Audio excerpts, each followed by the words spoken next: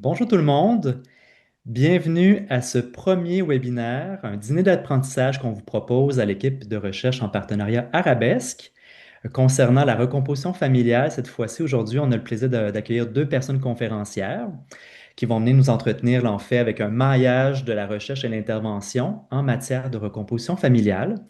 Je me présente, Kevin Lavoie, je suis professeur à l'École de travail social et de criminologie à l'Université Laval. Je suis également directeur scientifique de l'équipe Arabesque, qui est une nouvelle équipe de recherche en partenariat qui s'intéresse à la diversité familiale et les différentes transitions qui ponctuent le parcours de vie des familles. Je suis accompagné aujourd'hui de Camille Saint-Louis, qui est la coordonnatrice de recherche de l'équipe Arabesque, et nos deux personnes conférencières. On a le plaisir aujourd'hui d'accueillir Marie-Christine Saint-Jacques, ma collègue à l'École de travail social et criminologie à l'Université Laval, qui est professeure titulaire.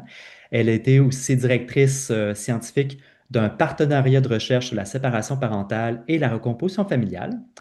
Et avec elle, on a le plaisir d'accueillir Jenny Boudreau, qui est intervenante à l'Association des familles monoparentales et recomposées de Grande-Rivière, au Saguenay-Lac-Saint-Jean.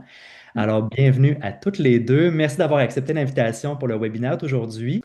Sans plus tarder, je vous propose, je nous invite là, à discuter, à réfléchir ensemble collectivement sur la recomposition familiale avec le webinaire d'aujourd'hui. Recomposer, pardon, sa famille, ce que la recherche et l'intervention près des familles nous apprennent.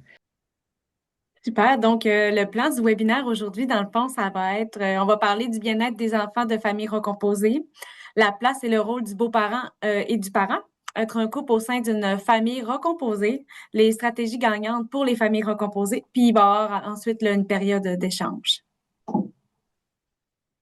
Alors, bonjour tout le monde. Donc, peut-être avant de sauter dans le vif du sujet, juste vous préciser qu'on a pensé cette présentation-là d'abord pour les parents, les beaux-parents qui vivent cette situation, puis aussi on l'a pensé pour les professionnels, toutes les personnes en fait qui soutiennent ces familles.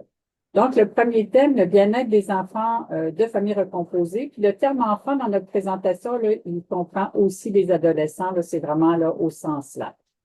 Donc, un premier élément vraiment très important, puis je vous dirais qu'encore dans ma dernière étude, les jeunes sont venus nous rappeler de dire aux parents, de dire aux professionnels que la recomposition familiale, c'est vraiment quand même une transition qui est exigeante.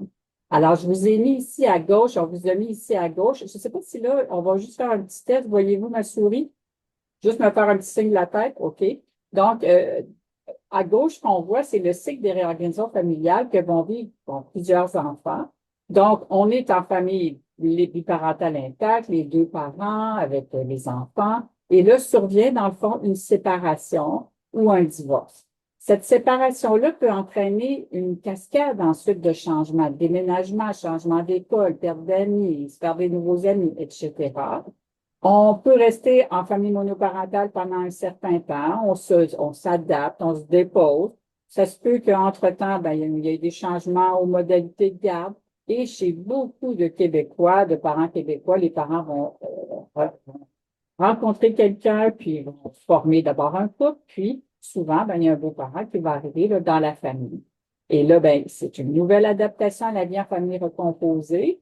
Puis, on sait que les familles recomposées sont plus susceptibles de se séparer, donc ça se peut que des enfants, des adolescents aient à vivre une nouvelle séparation. Donc, tout ça, c'est quand même, ça demande quand même beaucoup d'adaptation. Je veux quand même prendre une minute pour pas plus même moins que ça, mais pour dire aussi qu'il y a quand même passablement d'enfants qui naissent en famille monoparentale. Donc, et cette période-là peut être plus ou moins longue, même si on sait que les parents qui ont des enfants hors union se remettent en couple quand les enfants sont quand même très jeunes. On parle d'autour de 3 ans, et ça peut être plus vieux. Donc, on est habitué de vivre en famille monoparentale, puis là, il va arriver un beau-parent. Et donc, là, il faut s'adapter à la vie en famille recomposée. Puis ça peut avoir ses enjeux particuliers si on a été longtemps en famille monoparentale. Donc, alors, vous savez que l'objectif aujourd'hui, c'est de faire le parallèle entre ce qu'on sait dit sur le terrain et ce qu'on sait aussi qu'on a réussi à documenter dans l'enquête longitudinale auprès des parents séparés et recomposés du Québec. Alors, on va ponctuer notre présentation là, de certaines données puis, qui peuvent être intéressantes pour dire, ça s'appuie sur quoi, là, tout ce qu'on avance. Donc, comment ils vont, dans le fond, les enfants québécois qui vivent en famille monoparentale? Donc, ici, en fait, ce qu'on voit, c'est qu'en moyenne, les enfants de familles recomposées vont bien, les enfants de familles séparées, donc même si sont monoparentales, vont bien. Et ici, dans le fond, ce qu'on a fait, c'est qu'on essaie de comparer, bon, ben, c'est tous des enfants qui ont connu la séparation de leurs parents. Et là, ici, on a les familles monoparentales, ensuite les enfants qui vivent en famille recomposée. Puis on a divisé les familles recomposées selon que la recomposition du parent, elle est à temps plein ou elle est à temps partiel, une forme là, que l'on voit quand même de façon importante là, chez les Québécois. Donc, cette première diapo-là, qu'est-ce qu'elle nous montre? On a demandé aux parents, diriez-vous que votre enfant, c'est un enfant heureux? Donc, vous voyez, la réponse pouvait aller de un pas du tout heureux à 5 super heureux. Donc, tout le temps heureux. Alors, on voit qu'en moyenne, les enfants vont vraiment bien, sont qualifiés comme étant heureux de la part de leurs parents, même très heureux. Puis, il n'y a pas de différence là, selon la structure familiale. On a posé la même question aux parents sur le plan de la santé. Donc, comment ils conservent la santé de leur enfant. Encore une fois, on voit visuellement de petites différences, ce pas des différences, disons, importantes. Nos deux derniers indicateurs, on est toujours en train de regarder le bien-être et l'adaptation des enfants, c'est la question des difficultés qui sont intériorisées. Par exemple, est-ce que mon enfant est très craintif? Et les difficultés qui sont extériorisées. Par exemple, mon enfant ne semble pas avoir de regrets quand il fait quelque chose qui est mal ou qui s'est mal comporté. Donc, ce qu'on observe, en fait, c'est qu'il y a une certaine différence entre les enfants de familles monoparentales et les enfants de familles recomposées à temps plein. Donc, les enfants de familles recomposées à temps plein, c'est ceux qui vivent le plus de difficultés sur ce plan-là. Je sais que visuellement, vous allez vous dire, mon Dieu, mais ça, c'est pas beaucoup. Mais sur les grands ensembles, on parle de beaucoup, beaucoup, beaucoup de mesures. Là, ça se mesure en milliers d'observations. Ça demeure quand même une différence qui est significative, même si son ampleur n'est pas grande. Et sur le plan des problèmes extériorisés, donc vous voyez, l'échelle peut aller de 0 jusqu'à 12, là, ça avait dépassé ma diapo. On observe un peu le même genre de différence. Donc, globalement, les enfants vont bien, mais les enfants qui sont en famille recomposée à temps plein vivent un peu plus de difficultés que les autres. Ce qui est en lien avec la figure précédente que je vous ai montrée, ben, se recomposer, former une famille recomposée, c'est une nouvelle transition pour les enfants qui s'ajoute à la séparation et ça, c'est réputé comme étant quand même exigeant. Maintenant, comment les enfants réagissent? C'est quoi les sentiments les plus courants des enfants lors d'une recomposition familiale? Donc, on a fait un nuage un peu des réactions. Quand c'est en caractère plus gros, c'est que c'est peut-être des choses qu'on voit peut-être plus, pas peut-être, plus fréquemment. Donc, je ne peux pas toutes les présenter, mais peut-être juste insister sur certaines. Une dont on entend souvent parler, qui est le refus de l'autorité du beau-parent, qui va se manifester aussi, ça dépasse combien de temps qu'on est recomposé, ça dépend aussi beaucoup là, de l'âge des enfants. Une réaction qui est très fréquente, donc c'est la question du stress. Le stress, tu peux être stressé même pour quelque chose de positif. Tu peux être stressé même pour quelque chose pour lequel tu es content. Donc, il faut se rappeler que pour les enfants, c'est une transition qui est stressante. Le fait aussi que les enfants sont heureux. Donc, beaucoup d'enfants sont contents de la recomposition, sont contents qu'arrive peut-être un beau-parent, ses enfants, sont contents pour leurs parents. Donc, on peut être stressé et heureux en même temps, comme je vous disais. Puis, bon, les autres, on aura peut-être l'occasion d'en rediscuter là, dans les parties là, de Jenny ou lors des échanges. Alors, comment on peut aider les jeunes à vivre cette transition? Ben, la première chose, ça va être vraiment de tenir compte des besoins des enfants en recomposition familiale. Fait que les besoins des enfants, ben, c'est d'être libre d'aimer les nouveaux partenaires puis les enfants, s'il y en a de ce partenaire-là, d'avoir une loyauté envers son parent puis des moments d'exclusivité, hein, des moments qui passent seul à seul avec son parent. Une adaptation avant la cohabitation, une appartenance, un sentiment d'appartenance puis d'avoir sa place encore si jamais on va vivre dans une nouvelle maison ou qu'on change de maison, en fait, être choisi et entendu, puis que son rythme et son intimité soient respectés. Donc, pour tenir compte de tous ces besoins-là, en fait, il va falloir prendre son temps, hein? Prendre son temps, de rien précipiter, puis prendre le temps d'écouter l'enfant aussi. Ensuite, comment on prend son temps, en fait, quand on rencontre un nouveau partenaire, ben ça va être de se poser les bonnes questions avant de présenter le nouveau partenaire à son enfant. Fait qu'est-ce que c'est sérieux comme relation? Est-ce que cette personne représente un modèle qui est positif pour mes enfants?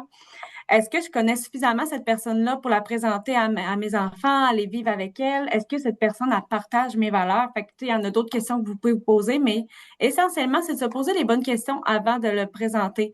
Puis, ensuite, on va préparer, si jamais on répond, on coche oui à toutes ces bonnes, à ces questions-là, ben là, on va préparer l'introduction puis la présentation du nouveau partenaire à nos enfants. Donc, la première étape, ben, c'est d'aviser son coparent, pas parce qu'il a son mot à dire ou parce qu'il doit être dans l'intimité, de gérer votre intimité, mais surtout pour préparer les enfants aussi, puis préparer une belle réaction de son coparent, en fait. Coparent étant votre ex-conjointe ou votre ex-conjoint avec qui vous avez des enfants. Donc, ça va être vraiment de l'assurer pour qu'il y ait une belle réaction auprès des enfants, en fait. Après ça, ça va être de préparer puis aviser de l'enfant de la rencontre. En fait, là, on ne fera pas de surprise. Bonjour, voici mon chum ou ma blonde. Là, on va préparer l'enfant, c'est très important. On va rassurer l'enfant que cette personne-là ne remplacera pas papa ou maman, que papa ou maman va toujours rester importante pour lui, puis que ça va être juste une personne de plus dans sa vie. Favoriser un milieu neutre pour la première rencontre. T'sais, on n'ira pas à la maison de l'un ou l'autre, même pas au restaurant. On va vraiment être dans un endroit qui est neutre, comme aller au parc, manger une crème glacée, aller au zoo, aller à un endroit où l'enfant peut observer, mais sans être obligé d'être en contact avec cette personne-là. Après ça, d'aviser les enfants si le partenaire vient faire dodo à la maison pour éviter les mauvaises surprises aussi, puis les mauvaises réactions. Si jamais l'enfant il résiste ou il refuse de rencontrer votre nouveau partenaire, ça ne veut pas dire qu'on fait pas de relation, qu'on n'a plus de relation amoureuse, qu'on arrête. Ça veut peut-être dire de soit prendre son temps ou si jamais c'est vraiment difficile, ben, d'aller peut-être chercher du soutien. Puis dans tout ce qu'on va parler, je le dirai pas à chaque fois, mais tu sais, si vous voyez que les réponses qu'on vous apporte, je suis pas sûre que ça m'apporte vraiment les questions les réponses à mes questions. N'hésitez pas à aller consulter des gens, là. C'est très important parce que c'est ça, c'est une transition qui est pas évidente. C'est une transition qui est pas facile. Après ça, ce qui va aider aussi, ça va être de créer des liens avant d'aller vivre ensemble. Donc, ça va vraiment faciliter la cohabitation si on crée des liens ensemble. Puis plus le lien est fort, ben plus après ça, de partager son intimité, ça va être plus facile avec le beau-parent puis les enfants, si jamais il y a d'autres enfants aussi qui s'ajoutent dans l'équation. Puis d'établir des bases solides aussi avant d'aller cohabiter ensemble. Fait qu'on va vraiment développer une relation positive avec le beau-parent. Puis le couple recomposé, moi, je vous invite à vraiment clarifier les règles ensemble, puis les établir auprès des enfants. De parler de qui que l'autorité auprès des enfants, la manière dont c'est appliqué, la manière dont on le fait, les règles qu'on met, je vais en reparler un peu plus tard, là. Puis des fois aussi de dire que l'autorité, des fois, ça reste la responsabilité du parent principal, en fait. Donc, des fois, ça va être comme ça qu'on va s'entendre, puis c'est bien correct de dire que c'est le parent qui les respecte quand il est là. Hein, si jamais il est pas là, puis que c'est le beau-parent qui garde, ben là, ça peut être différent, les règlements quand même.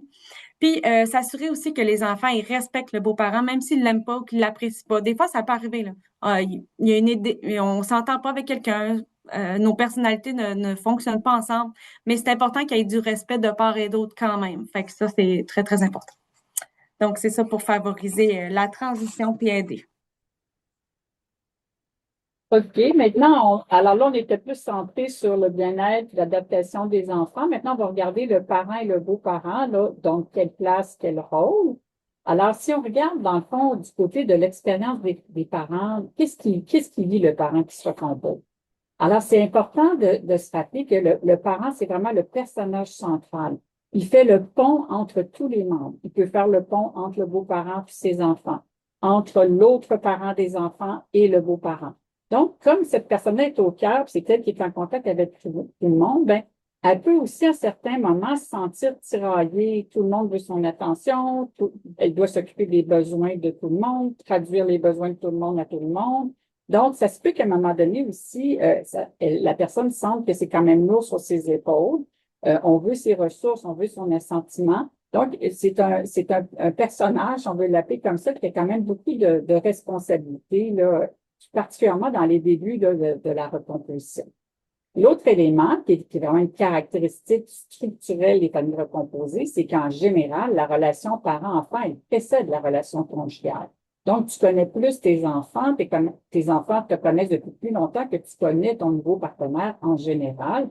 Et ça a vraiment un impact sur le fonctionnement de la famille. On va souvent dire dans la recomposition que les familles recomposées, particulièrement au début, vont fonctionner en mini-clans.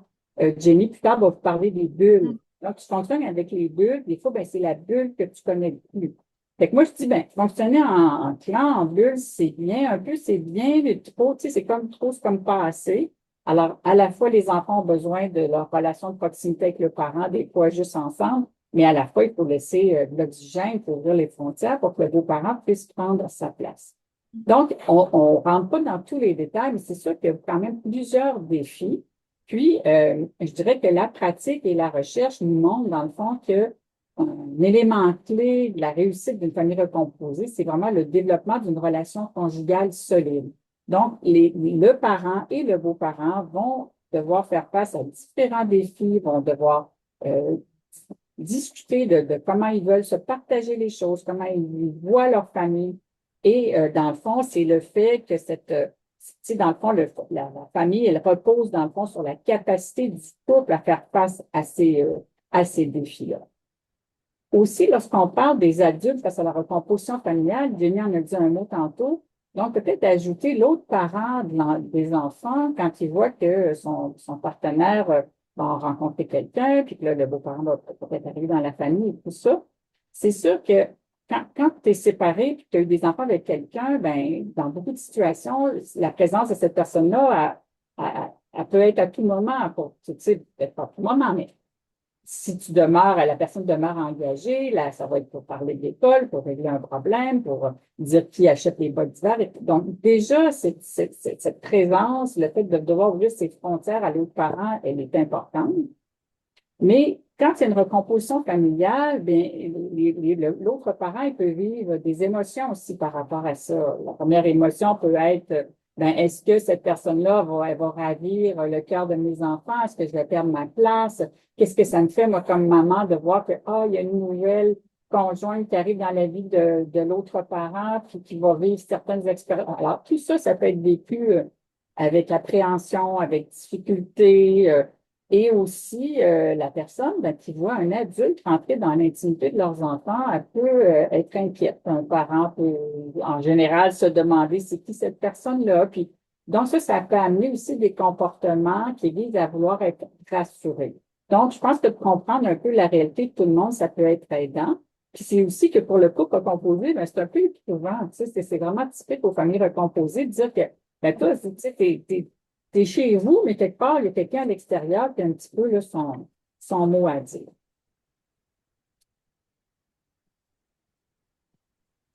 Jenny, est-ce que Donc, c'est à toi? oui, excuse-moi, j'ai eu un petit délai dans ma tête. Donc, oui, c'est ça, dans le fond, ça va vraiment, je t'écoutais vraiment attentivement. Donc, c'est ça, fait que dans le fond, là, ça va vraiment être un changement de vie radical hein, pour certaines familles recomposées, mais pour tout le monde, ça va être un gros changement quand même, là. Tu sais, ça va ébranler tout le monde, puis c'est normal que ça ébranle tout le monde, hein. C'est quand même plusieurs adultes ensemble, justement, qui vont avoir une recomposition. Puis parfois, ça va être des adultes qui n'ont jamais eu d'enfants, qui n'ont pas vraiment d'expérience sur comment éduquer un enfant, qui se retrouve avec trois, quatre enfants ou des fois un. Ça peut quand même être déstabilisant. Parfois, ça va être deux adultes qui ont tous les deux des enfants. Fait qu'on va passer de deux enfants ou de un enfant à quatre, cinq ou trois enfants. Ça aussi, c'est différent. Ça change une dynamique familiale quand même de passer de deux enfants à quatre enfants. Un enfant aussi qui avait un seul parent, comme Marie-Christine l'a dit au départ, puis là, qui se ramasse avec deux parents aussi. Je dis ramasse, là, excusez-moi, c'est peut-être pas le bon mot, mais qui se retrouve avec deux parents maintenant, qui se retrouvent à cohabiter avec des nouveaux enfants aussi, qui est jamais habitué d'avoir des frères et sœurs. Ça peut être très, très déstabilisant puis très difficile. Donc, tu sais, c'est une transition qui, des fois, sera pas toujours facile puis elle sera pas naturelle non plus. C'est tout à fait normal, en fait, là. Fait que c'est vraiment important de respecter le temps d'adaptation qui va être différent d'une situation à une autre puis d'une famille à une autre aussi. Il va y avoir un temps d'adaptation.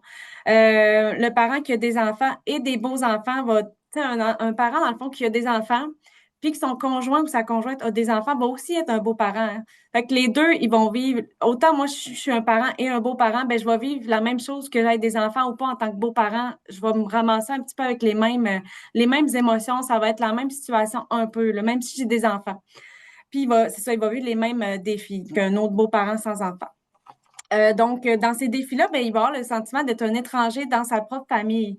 C'est normal d'avoir ce sentiment-là, surtout au début, quand on n'est pas encore adapté, quand on n'a pas encore trouvé notre équilibre, comme Marie-Christine l'a dit, tu sais, le parent, dans le fond, puis l'enfant biologique, je vais dire ça comme ça, vont avoir une bulle qui est à eux. Puis des fois, le beau-parent, ben, il va être exclu de cette bulle-là. Puis au début, ça peut être difficile, ce sentiment-là, d'être comme exclu, d'être étranger. Mais c'est normal, dans le fond, là, de se sentir comme ça. Puis même par rapport à l'autre parent aussi, des fois, on peut se sentir un peu étranger, un peu, on sait pas trop où notre place là-dedans. C'est déstabilisant. Puis à un moment donné, avec le temps, à longue de discussion, ben, on va trouver un équilibre là-dedans, tout à fait. Puis, c'est vraiment là d'avoir un temps d'adaptation, d'acceptation aussi. Hein, des fois, on sera pas dans cette bulle-là. Des fois, on va l'être. Des fois, on va être exclu. Des fois, on va être inclus.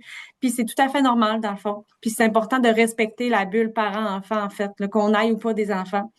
Euh, donc, c'est ça. Puis, par rapport aussi aux beaux-parents, ce qui est difficile, c'est le manque de reconnaissance de leur rôle. Hein. C'est un drôle de rôle être un beau-parent, hein, parce que c'est pas toujours facile. On a comme un rôle de parent, mais on n'a pas le pouvoir décisionnel qui vient avec le fait d'être un parent. Puis ça peut être confrontant des fois pour des beaux-parents.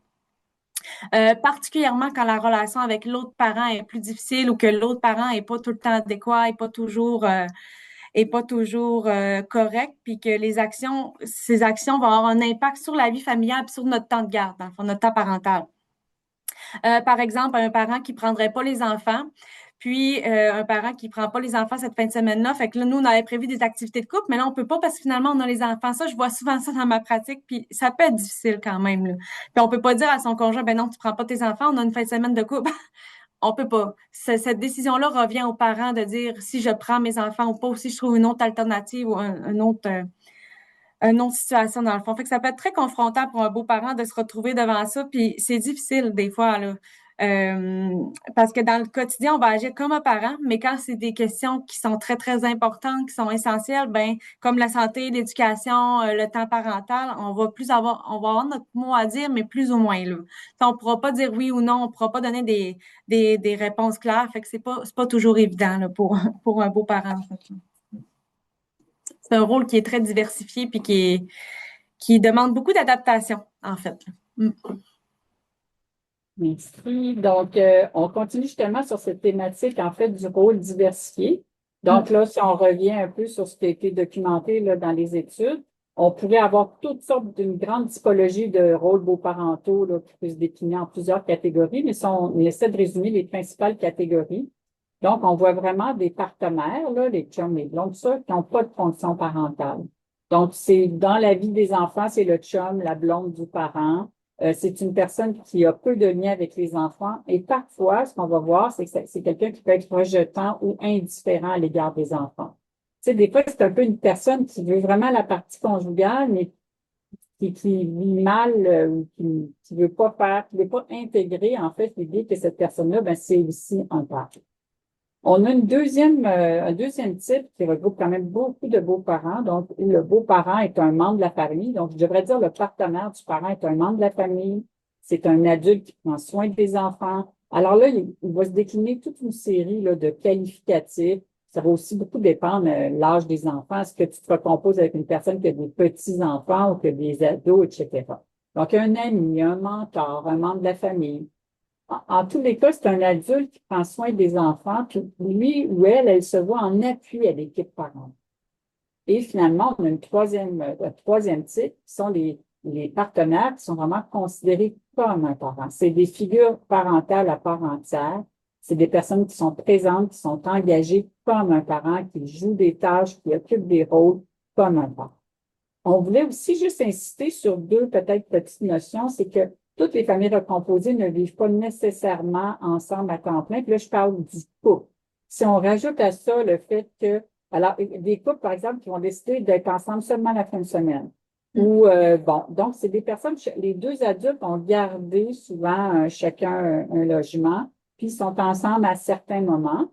Et puis, rajouter à ça que les enfants, ben, il y a tellement d'enfants à garde partagée maintenant, peu d'enfants ont perdu complètement contact avec les parents. Donc, dans la maison, là, des fois, on est 4, on est 5, on est 6, on est 2. Tu sais, il y a beaucoup d'aspects qui sont à temps partiel aussi. Et aussi, un amoureux qui ne veut pas s'impliquer dans la vie familiale, voire qui ne veut pas rencontrer les enfants, c'est pas un beau parent. Ça, c'est comme régler ça. Mm. OK. Oui, j'aimerais ça qu'on règle ça. C'est Donc, ça. on a demandé, pardon, J'ai dit c'est ça. c'est ça. Donc, on a regardé maintenant dans l'enquête, donc on a demandé aux parents qui étaient séparés, donc qui avaient un nouveau partenaire, quel statut il a, votre partenaire, là, donc auprès des enfants. Donc, vous voyez qu'un peu plus de 60% des parents ont dit c'est une figure parentale, c'est un beau parent. Donc, nous, on ne voulait pas dire c'est absolument un beau parent. Donc, les gens disaient pour nous, c'est un beau parent. Les parents pouvaient cocher plus qu'un choix. Je vais vous amener à l'autre situation plus extrême. On avait 11% des parents qui disaient, ben, mon partenaire ne joue aucun rôle particulier auprès des enfants. Puis quand on pose la question aux beaux-parents eux-mêmes, 80% des partenaires, des parents se considèrent comme un beau-parent. Ensuite, on a regardé comment parce que, tu sais, être un beau-parent, jouer des rôles parentaux, ben, c'est concrètement, là, tu sais, c'est du quotidien, là. C'est qui fait à manger, qui va chercher les enfants à l'école, bon, etc. Donc, on vous donne là, des petits clins d'œil parce qu'on en a plein là, dans cette tempête-là. Donc, on a regardé, bon, ben, comment c'est partagé les tâches et les responsabilités entre le parent et le beau-parent.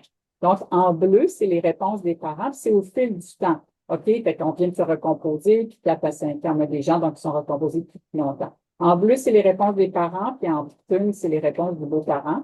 Parents comme beaux-parents font le même genre de réponse, c'est-à-dire que les tâches ne sont pas divisées de façon symétrique et de façon générale, c'est pas mal plus le parent là, qui assume le partage des tâches là, et des responsabilités. Puis juste pour vous dire, ici, c'est basé là, sur presque 20 systèmes. Une autre façon, c'est de regarder comment sont partagées les tâches et les responsabilités, c'est d'aller sur les décisions. Qui partage les décisions qu'on prend au sujet des enfants? Donc, nous, inquiétez-vous pas, je ne vais pas vous présenter tout ça, je vais vous présenter 2 exemples plus importants. Donc, on a regardé toutes sortes de dimensions. C'est quoi les décisions qu'on a à prendre? C'est quoi les sujets? Hein? Alors, ça peut être, par exemple, l'encadrement et l'exercice de la discipline. Ça pourrait être au sujet de la santé, l'école ou la garderie. Donc, on va se concentrer sur l'encadrement et l'exercice de la discipline à la maison. Donc, on a posé la question pour avoir le point de vue du parent et avoir le point de vue du beau-parent sur ces questions-là. Quand c'est en bleu, ça veut dire que le parent dit, ben, c'est plus souvent moi, voire toujours moi, le parent, qui prend cette décision-là. En vert, c'est on prend les décisions à deux. Puis en prune, ce serait que c'est plus souvent le beau-parent qui prend la décision. Donc, vous remarquerez que de toutes les dimensions qu'on a mesurées, à partir du point de vue, entre autres, du beau-parent et du parent, c'est vraiment l'exercice de la discipline qui fait partie des domaines où il y a le plus de partage des décisions. Donc, cette idée que le beau-parent ne fait pas la discipline, ça, c'est comme dire c'est comme suggérer une pratique moyenne. Mais en réalité, c'est pas comme ça. Là. Ça fait combien de temps qu'on est recomposé? Ça fait pas d'une tonne d'éléments. Entre autres, on est recomposé depuis combien de temps? Les enfants ont quel âge? Donc, la question de penser que les beaux-parents sont pas actifs dans la discipline, là, au contraire, ils le sont beaucoup. Même d'ailleurs, le beau-parent considère être encore plus impliqué dans la discipline que ce que les parents considèrent. Puis, à l'opposé, je vous amène dans une autre dimension qui est l'école ou la garderie. Donc, les décisions qui concernent ces 2 institutions-là, si on veut, bien là, on voit que tant le parent que le beau-parent sont d'accord que c'est beaucoup plus souvent, voire toujours le parent qui prend ces décisions-là. Fait que le partage des décisions, ça dépend du domaine qu'on fait. Puis comment qu'on va faciliter, dans le fond, l'exercice du rôle de beau-parent puis de parent? Ben, dans le fond, là, ce qui va vraiment faciliter, là, en fait, la place du beau-parent, ça va être vraiment de communiquer.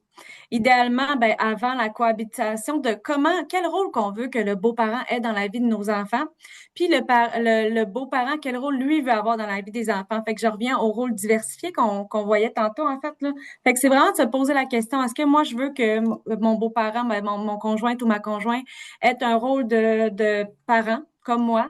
Qui soit impliqué dans la vie de mes enfants, qui ait un rôle significatif, ou je veux pas vraiment qu'il soit engagé. Puis même chose pour le beau-parent. selon qu'est-ce que moi, quel genre d'engagement je veux, ben c'est ça qu'après ça va déterminer si on va aller cohabiter ensemble ou non. C'est ça qui va tout déterminer le reste, en fait. Quelle autorité, ça va vraiment avoir de l'impact sur tout le reste de la relation. Puis c'est sûr que, tu sais, on n'ira peut-être pas cohabiter avec quelqu'un qui veut pas le lien avec nos enfants. Ça va être plus compliqué, ça va être plus difficile. Ça va être difficile comme cohabitation s'il ignore les enfants ou il y a très, très peu d'interaction avec eux. On peut rester en relation avec cette personne-là, mais peut-être pas vivre avec elle, en fait.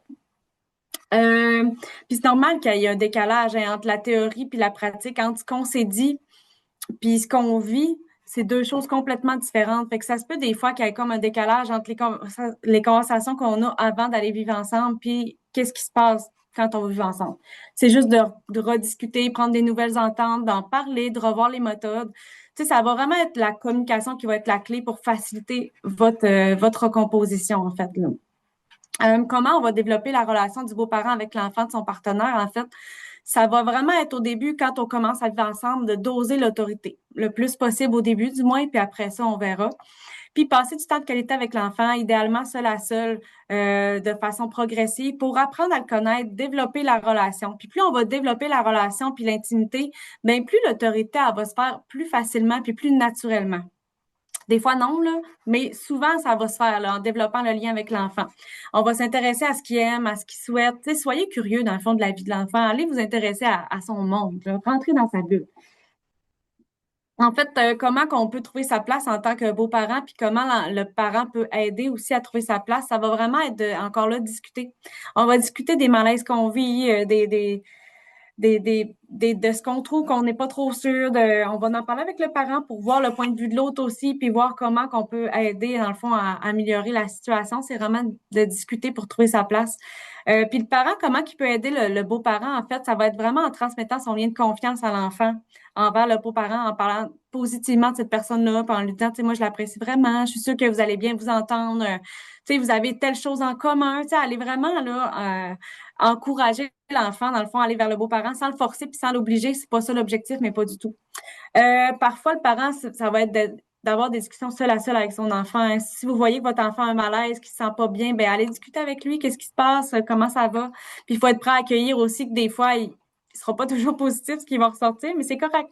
On accueille puis on va aider. Tu sais, le parent va avoir un peu un rôle de médiateur des fois. Entre le beau-parent puis l'enfant, médiateur dans le sens où il va faire le pont entre les deux. Aller vraiment parler avec son enfant, parler avec le beau-parent, puis trouver des solutions, puis avoir des discussions ensemble après pour améliorer les façons de faire, puis s'assurer que tout le monde est bien là-dedans. C'est vraiment ça l'objectif, dans le fond, que tout le monde soit bien. Puis c'est normal hein, que ça soit difficile et long. Hein, rappelez-vous que vous êtes deux adultes qui avez choisi de vivre ensemble, mais les autres membres de votre famille ne se sont pas nécessairement choisis. Fait que ça se peut là, que des fois qu'il y ait des petits accros, que ça soit pas toujours évident. Puis que ça ne veut pas dire non plus qu'ils vont s'aimer. Donc, c'est normal qu'il y ait de l'adaptation puis de l'ajustement à faire, dans le fond. On peut pas s'attendre à claquer des doigts puis que tout va être facile, là. Particulièrement si on est allé vite dans le processus, qu'on est allé, que ça n'a pas été trop long, qu'on a cohabité ensemble puis qu'on n'a pas suivi toutes les étapes qu'on a parlé, ça se peut que ça se demande plus de temps, que ça soit plus long. Ça se peut que non plus. Là. Il y en a que ça se passe super bien, que c'est hyper facile, mais c'est pas tout le monde. Donc, puis quand on va vite, ben c'est sûr que ça peut être un peu plus difficile. Puis comment qu'on peut concilier les différences de règles puis de valeurs entre deux foyers? Encore là, c'est en discutant. Je vais vraiment revenir tout le temps là-dessus, mais c'est vraiment en communiquant. Fait que, tu sais, on va discuter de nos valeurs, nos règles qu'on trouve importantes à la maison. Puis ça va être de prioriser certaines règles, puis d'être prêt peut-être à en abandonner d'autres. Surtout que si on va cohabiter, c'est sûr qu'on peut pas avoir des règles différentes pour les enfants. On peut pas dire, toi, tu as le droit de manger des bonbons le soir, puis l'autre, qui a pas le droit. Ça va être très difficile, ça va créer de la jalousie, de la frustration, puis un gros sentiment d'injustice chez les enfants. Donc, tu sais, on va vraiment essayer de s'entendre sur des règles communes, puis des façons de faire communes le plus possible. Puis parfois, ben, ça va être d'accepter que c'est correct d'avoir des différences aussi sur des petits aspects. Puis ça montre juste aux enfants, dans le fond, que c'est correct d'avoir des différences puis de pas être pareil sur tout. Mais sur les grandes règles importantes, les grandes lignes, mettons, là, on va essayer de s'entendre puis d'être très, très semblable le plus possible. OK, donc on arrive à notre dernier, là on a parlé des enfants, on a parlé des parents, des beaux-parents, puis maintenant être un couple au sein là, d'une famille recomposée. Donc, dans l'enquête, en fait, on a voulu voir comment ils vont les couples. Donc, comment est l'adaptation conjugale? On a-tu des parents, des couples qui, sur le plan de leur conjugalité, là, vivent quand même des difficultés très importantes.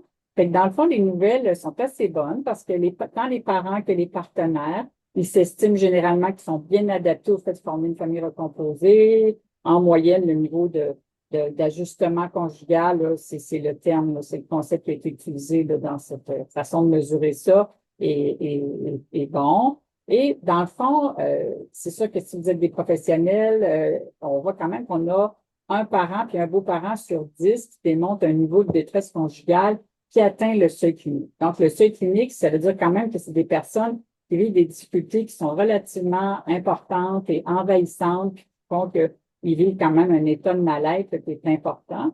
Puis on voit qu'en fait, c'est que plus la recomposition avance, quand on atteint là, le 2 ans et plus, ben là, il y a plus de détresse conjugale. Là. On parlait là, un parent sur 5. Ça, ben, dans le fond, c'est plate, mais c'est normal. Parce qu'au début de la recomposition, un peu comme le dit Jenny, tu sais, là, tu es en amour, tu as des lunettes en cœur rose, puis tout va bien, puis tu sais, c'est quelque chose. Mais c'est avec le temps là, qu'il y a comme une certaine réalité qui rattrape le passé, les premiers moments. Ben, il y a tout l'aspect du parent aussi qui veut souvent maintenir le statu quo dans la façon de fonctionner, etc. Et puis le beau-parent qui veut mener des changements pour donner un peu sa couleur et tout ça. Puis tout ce contexte-là, ben, il est propice. Dans le fond, c'est déstabilisant et c'est propice finalement au conflit. Donc, c'est un peu normal qu'après une période un peu de lune de miel, en fait, on arrive à un moment où il va y avoir plus de choses à négocier. Puis justement, ben, on a regardé c'est où les zones de tension, dans le fond, sur quoi les personnes, les couples vont avoir des désaccords. Donc, encore une fois, ici en prune, là, c'est les beaux-parents, puis en vert, c'est les réponses des parents. Donc, on voit que de façon générale, il y a un bon niveau de consensus conjugal. Puis s'il y a des thèmes, donc ça peut être intéressant aussi sur le plan de l'intervention, ou même si vous êtes un parent, ben, de voir ça nous représente-tu, puis aussi comment on peut, dans le fond, se donner des moyens pour arriver à régler nos différends. Ben, les thèmes les plus importants sur lesquels on s'obstine, je peux dire ça ici, c'est donc les ex-partenaires respectifs, l'éducation des enfants, le partage des tâches, puis la quantité de temps qu'on passe ensemble. Donc, l'idée, c'est dans le fond, d'arriver à ce que ça soit pas trop envahissant, si on veut, ces désaccords-là, pour que, dans le fond, il y ait plus d'avantages là, que d'inconvénients là, à être une couple. Donc, je te repasse la parole de Jenny. Alors, comment qu'on peut faire, dans le fond, pour soutenir notre conjugalité, dans le fond, puis s'assurer que notre couple fonctionne, puis comment qu'on peut aider, en fait? Euh, Comment on peut emménager sa vie conjugale si le nouveau partenaire ne veut pas les enfants? C'est une question qui nous avait été posée. Puis, ben, malheureusement, tu sais, on peut pas changer les gens, on peut pas les obliger à vouloir de nos enfants. Moi, je vous inviterais, en fait, si jamais c'est votre cas, à réfléchir à si cette personne-là est vraiment la bonne pour vous. Ou peut-être d'aller chercher du soutien pour réfléchir à la question, mais vraiment de se poser les questions. Est-ce que cette personne-là est la bonne? Est-ce qu'on est obligé d'aller cohabiter ensemble? Parce que, tu sais, vos enfants, vous êtes indissociables avec vos enfants. Vous allez rester toujours ensemble, toujours liés. Donc, est-ce que cette personne-là est vraiment la bonne pour vous? Moi, je vous inviterais à avoir une réflexion par rapport à ça. Ensuite, un autre point qui est important pour les couples recomposés, ben, c'est garder du temps pour la bulle couple, hein. Comme dans les familles que les parents sont pas séparés, dans le fond, le couple, là, faut se garder du temps pour cette bulle-là. Faut se trouver du temps pour cette bulle-là, puis voyons, la prioriser, en fait, là. Ça va vraiment être important pour continuer à avoir une belle communication, continuer à avoir une belle relation. C'est vraiment ça qui va aider à tout le reste. Si on a une belle relation de couple, qu'on a beau temps de qualité ensemble, ben après ça, la communication dans le quotidien va être plus facile. Donc, la communication, j'en ai beaucoup parlé, alors j'en parlerai pas plus que ça, mais c'est important de communiquer beaucoup, beaucoup. Puis pour la dimension économique, en fait, le point que je voulais apporter, c'est surtout d'y penser, en fait, si vous vous recomposez, à ce que ça va avoir comme impact sur votre économie, en fait, sur vos finances, parce que ça peut avoir un impact. Tu sais, je sais que pour pas la pension alimentaire, mais pas la pension, mais je me souviens plus du mot. Hein? L'allocation, Oui, c'est ça. Merci le pour soutien l'allocation. aux enfants. Oui, pour les enfants, des fois, ça peut avoir un impact. Puis aussi pour certains là, retour d'impôt pour les personnes seules aussi qu'on peut ne plus avoir droit. Fait que peut-être juste aller vérifier ça en fait là avec votre conseiller puis aller voir quel impact que ça a si vous vous recomposez puis les dimensions financières pour après ça pour en reparler avec votre conjointe ou votre conjoint. Là. Moi, je vous inviterai à faire cet exercice-là. Mm. Alors, il nous reste comme peu de temps, donc on veut vraiment, on va y aller rapidement là, pour garder du temps pour les échanges. Et comme on sait aussi que la question de l'argent, du partage des dépenses, c'est un sujet qui est un peu tabou, on pensait que c'était quand même important de vous dire ben, comment dans l'enquête les parents les beaux-parents ont indiqué là, qu'ils fonctionnaient. Puis je veux vous dire que même si c'est plat de parler d'argent, je pense que c'est vraiment quelque chose qui est important de ne pas laisser ça là, sous le tapis, puis ça fait partie des éléments sur lesquels il faut communiquer. Donc, on a demandé aux parents de l'enquête ici, là, est-ce qu'ils mettaient leur revenu en commun? Donc, 19 ont dit oui. 73 ont dit non, on ne met pas nos revenus en commun, mais on partage les dépenses communes. Puis, 9 des parents ont dit non, il y a une personne qui fait toutes les dépenses.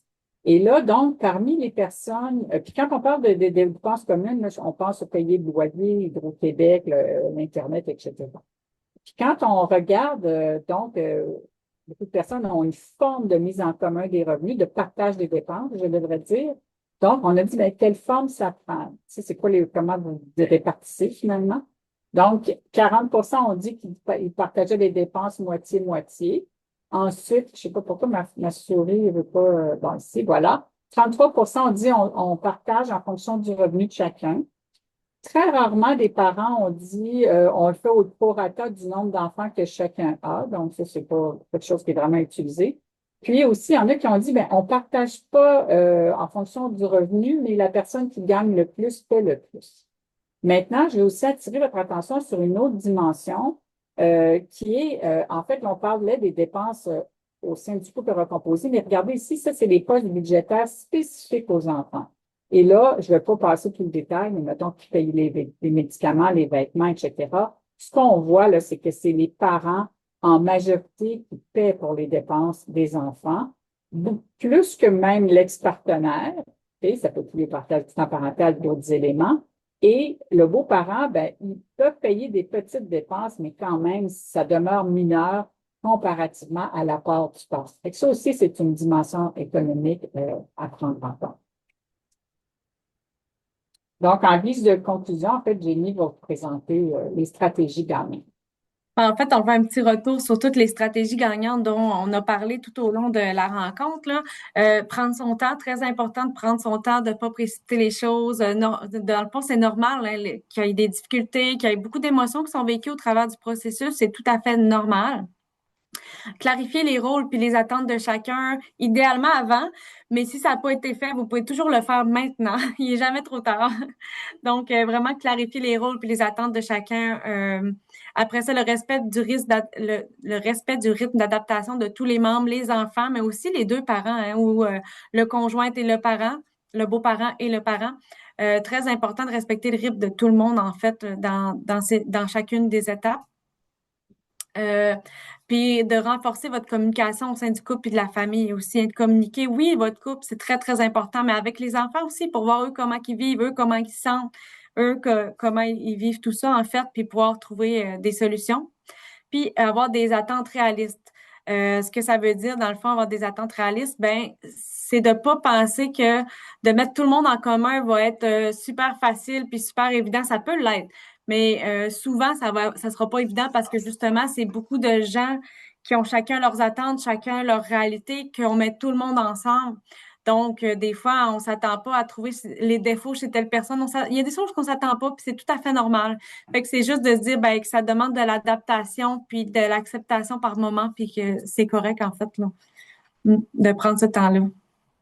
Merci à vous deux, aux deux personnes conférencières, c'était magnifique. Très stimulant, je pense, de combiner à la fois les savoirs qui émanent de la recherche, mais également avec l'expertise terrain du milieu communautaire, famille. Je trouve ça vraiment chouette d'avoir combiné ces deux regards-là, ces perspectives-là, dans le cadre du dîner d'apprentissage. C'était le premier aujourd'hui, on casse la glace avec la recomposition avec Jenny et Marie-Christine. Merci à toutes les deux pour leur contenu, leur expertise respective, là, pour avoir partagé tout ça aujourd'hui avec nous. Aussi, je tiens à souligner que c'était une initiative en collaboration, en partenariat avec différents partenaires, entre autres Chloé Dauphinet, qui est la co-direction de la Fédération des associations de familles monoparentales et recomposées du Québec.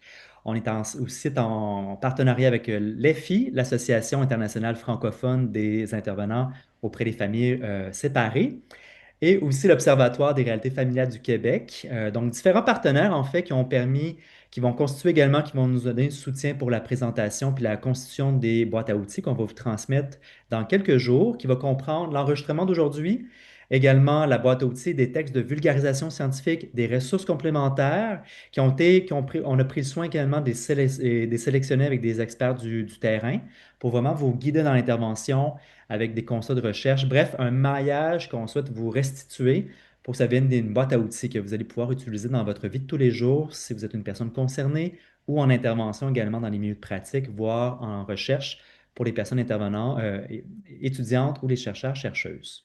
Merci à tout le monde. Merci aux personnes conférencières aussi, puis aux organismes partenaires pour tout ça. En vous souhaitant une belle fin de journée, puis au plaisir à la prochaine fois.